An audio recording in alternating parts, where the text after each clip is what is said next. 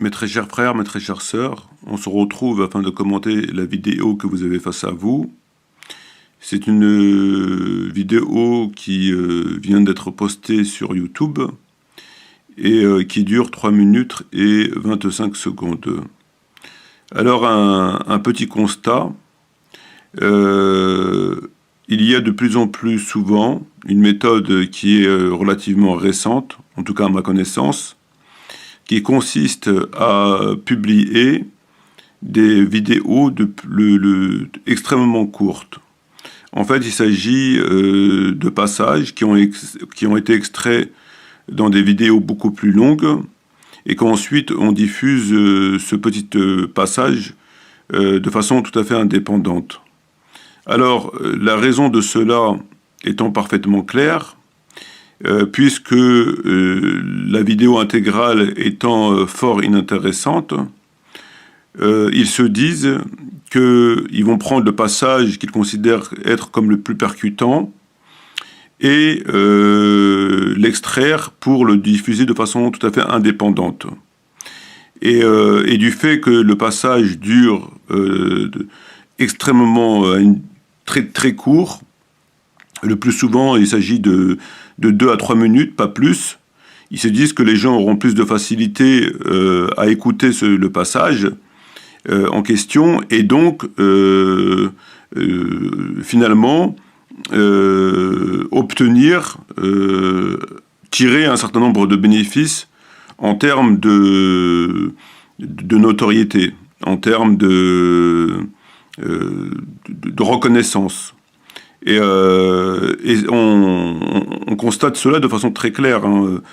Si vous allez sur la chaîne de YouTube de Timera, vous allez voir que vous avez des passages extrêmement courts. Ils le font de plus en plus souvent et lui aussi se met à cette méthode. Alors, on va écouter ce qu'il a à nous dire et on va apporter un commentaire au fur et à mesure, Inch'Allah.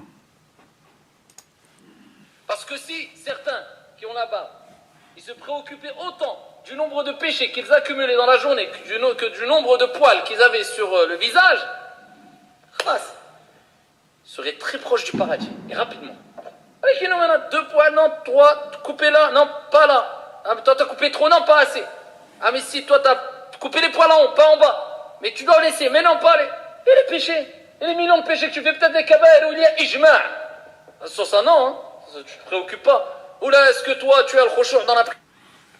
Alors là, on a l'impression de m'entendre, c'est quand même assez incroyable, puisqu'il est en train de nous expliquer, le plus simplement du monde, que certaines personnes se préoccupent du nombre de poils qu'ils ont sur leur barbe, et qu'à côté de ça, il se peut que ces mêmes personnes font des kaba'ir sur lesquels il y a un ijma'. Alors là, franchement, c'est hallucinant. C'est hallucinant, pourquoi? Parce que ce prédicateur, comme les autres, hein, ni plus ni moins que comme les autres, hein, ce sont des prédicateurs de la futilité et de la distraction. Ça, tout le monde le sait. Et ils occultent, comme il l'a dit, les kaba'ir, sur lesquels il y a ijma'. Ça va de l'intégration, ça va de la laïcité, ça va de l'islam apolitique, ça va du califat, ça va, voilà, les sujets que j'ai toujours évoqués. Et là, ce qui nous fait, soudainement, comme ça, c'est pour se donner le bon rôle, il fait croire à ceux qui l'écoutent que il est aussi dans cette vérité.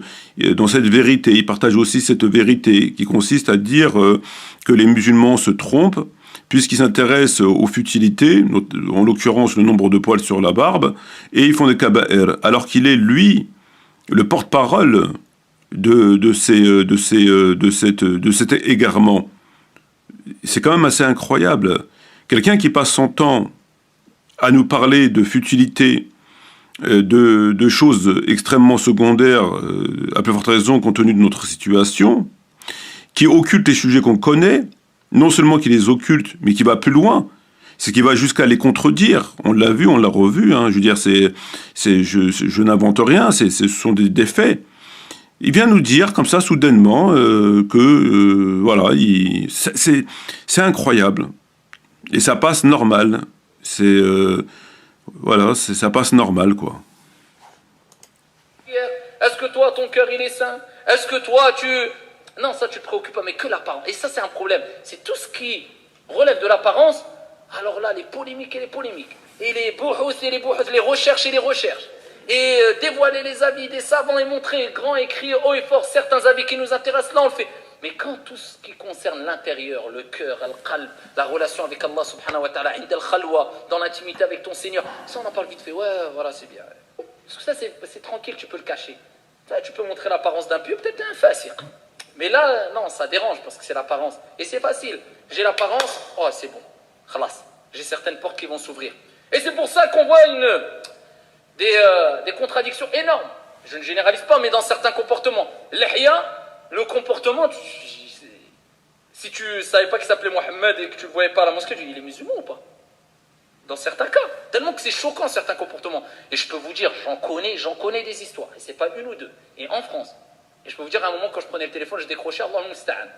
C'était des frères qui étaient investis, des sœurs qui avaient des djilbab, etc. Je ne généralise pas. Qu'on me dise pas, ils dénigrent la barbe. Moi-même, j'ai la barbe. Mais c'est une réalité. Et on en a fait de ces actes où ils divergent les savants une priorité dans notre vie.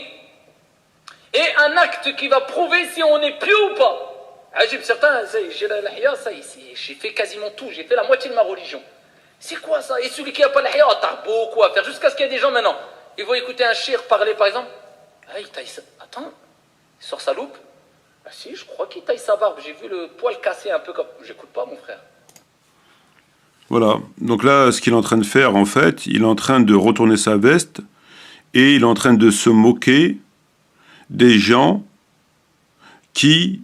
que lui-même a éduqué, a enseigné, a incité à agir ainsi. Et là, il fait un retournement de situation, il retourne sa veste en critiquant finalement ses propres adeptes. Parce que il croit qu'il va tromper qui avec ce discours?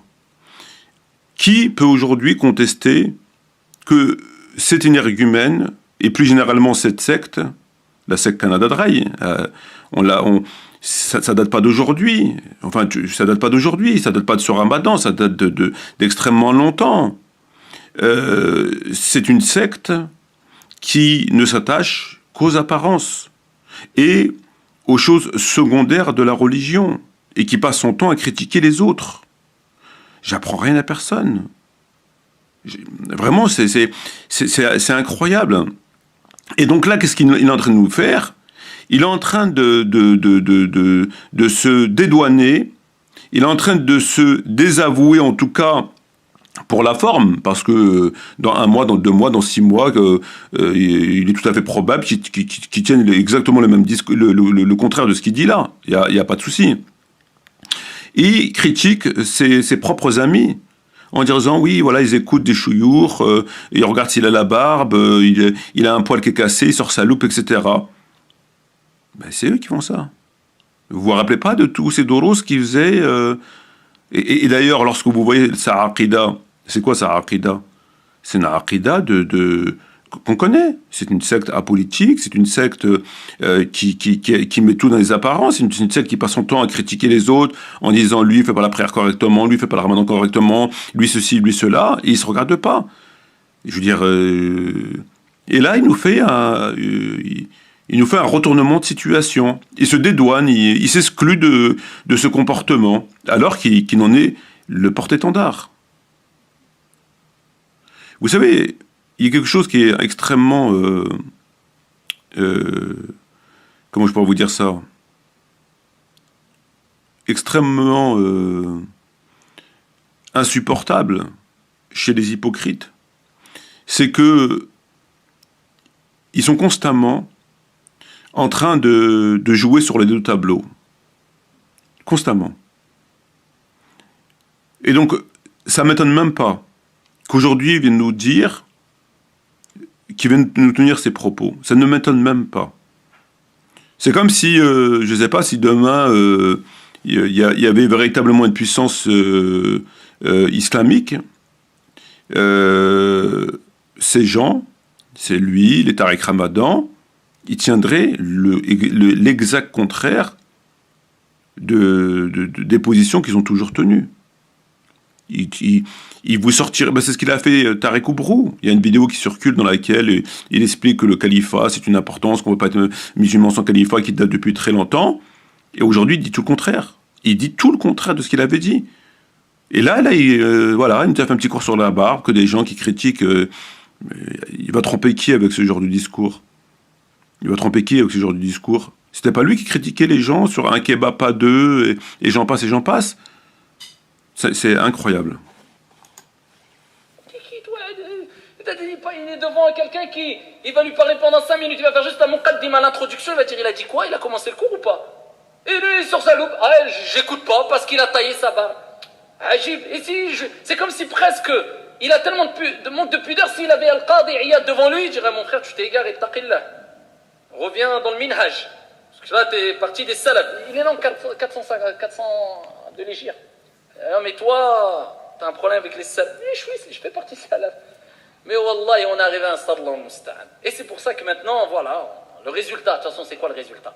Est-ce que vraiment, on a accompagné cet acte extérieur qui est la barbe et qui doit attirer, parce qu'à la base, c'est beau d'avoir la barbe. Et Aïcha radiyallahu anha warda disait Subhanalladhi zayyana wujuha ar-rijala bil-lihya. Gloire à celui qui a embelli le visage des hommes avec la barbe. Certains disent, t'as vu la barbe? Mais la barbe, attends, la barbe taillée ou pas? À partir du moment où tu tailles, ça reste une barbe. C'est là où vient la différence. Mais bon, donc ici, normalement, on revient vers quoi? La beauté. Même la barbe, elle doit embellir. C'est vrai ou pas? Elle doit embellir le visage, elle doit embellir l'homme. Tout ce que tu fais doit être beau. Voilà. Donc voilà comment il joue avec... voilà, il s'amuse. Il s'amuse. Voilà. Avant, les problèmes qu'il a eus, c'était je suis salafi, et les discours qu'il tenait. Il a eu le problème, il a supprimé toutes ses vidéos, il a mis sur sa page ni salafi, ni frères musulmans, etc., simplement musulmans.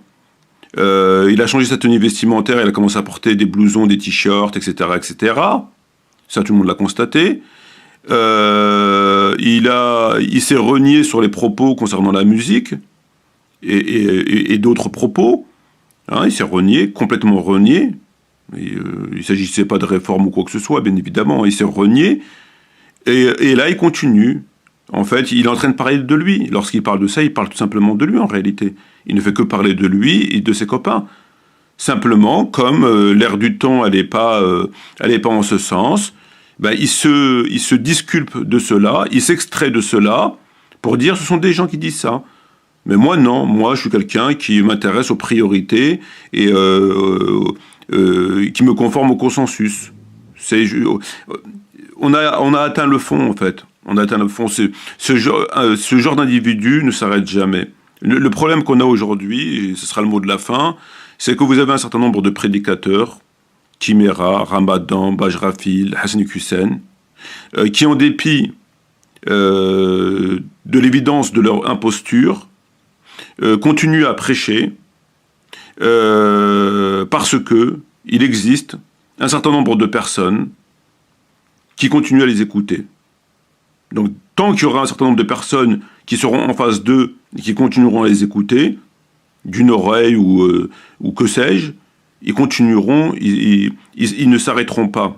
Quand bien même vous avez prouvé, je veux dire, voilà, ils ne s'arrêteront pas. Et c'est valable pour tous les prédicateurs qui ont été dénoncés.